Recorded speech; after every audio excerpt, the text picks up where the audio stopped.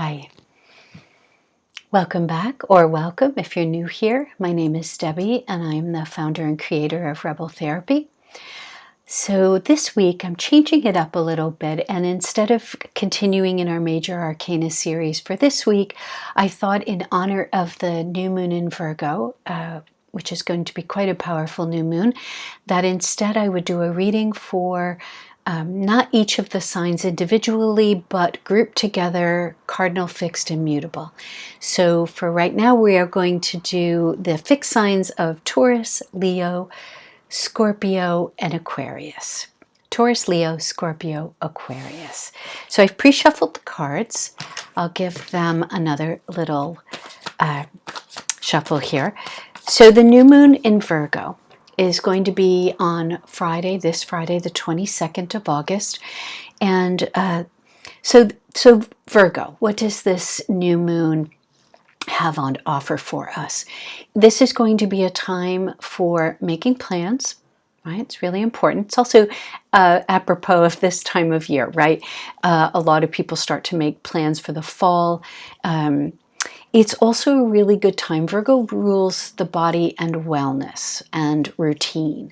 And so this can be an excellent time for taking a look at where you might have fallen out of your healthy habits, where you'd like to make change, improvements, something you'd like to stop doing, something you'd like to start doing. And this is we are fully supported during a new moon in Virgo for these types of activities. So with that said, let's pull some cards here for the fixed signs and see what the cards have to say about this new moon in Virgo for you. So we'll just shuffle these up. Looking at fixed signs.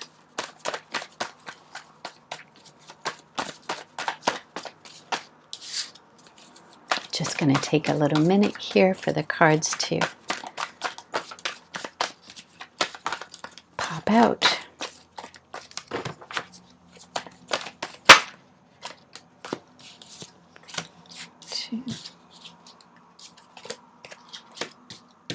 Okay.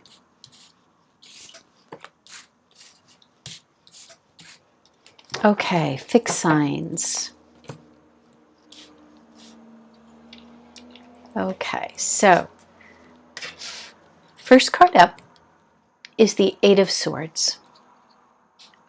So we're starting with the question, where do you feel trapped? During this portal period of this new moon in Virgo, it's important to ask yourself where you are trapping yourself. Now, this is a card of feeling trapped, but not actually being trapped. Now, it's swords, so it's indicative of cardinal energy, so it's mental activity. It can be a sign of anxiety, but if you notice, the wraps around her are very loose. She could easily undo that and take the blinders off of her eyes. So this new moon in Virgo is asking you to take the blinders off. What in your life needs your attention? What have you been anxious about or avoidant about? Because you have the ability to free yourself mentally and to free yourself physically. So if you've been feeling stuck in a rut over the summer months or just recently, this is a reminder to take a look at where those places where you're feeling constricted, where you feel stuck, and remind yourself and work with the energy of I can take off my blinders. There's nothing imprisoning me but my own thoughts, my own feelings about things. Followed by the Seven of Cups. So there's some confusion here, or there's choice, right? You're being asked to take off the blinders and to really look at your situation and look at all the domains of your life where it might feel like you've got too many options, or where you feel conflicted about things. The Seven of Cups says you could do this, you could do that, you could do this, you could do that. And often this is the card of sort of analysis paralysis. There's too much here, and I can't make a decision, and so I'm not doing anything at all, which is what this also speaks to. I'm too confused, I'm too frozen in place, I'm constricted, and I can't make a decision. Remember, feelings are not facts. They're just feelings. They're just thoughts, right? They're changeable. You're a fixed sign. It can make it difficult. Sometimes fixed signs are fixed for a reason, right? It can be hard to recognize when you've dug your heels in, or when you are believing a feeling as if it's fact. Okay. Clearly you have choice here.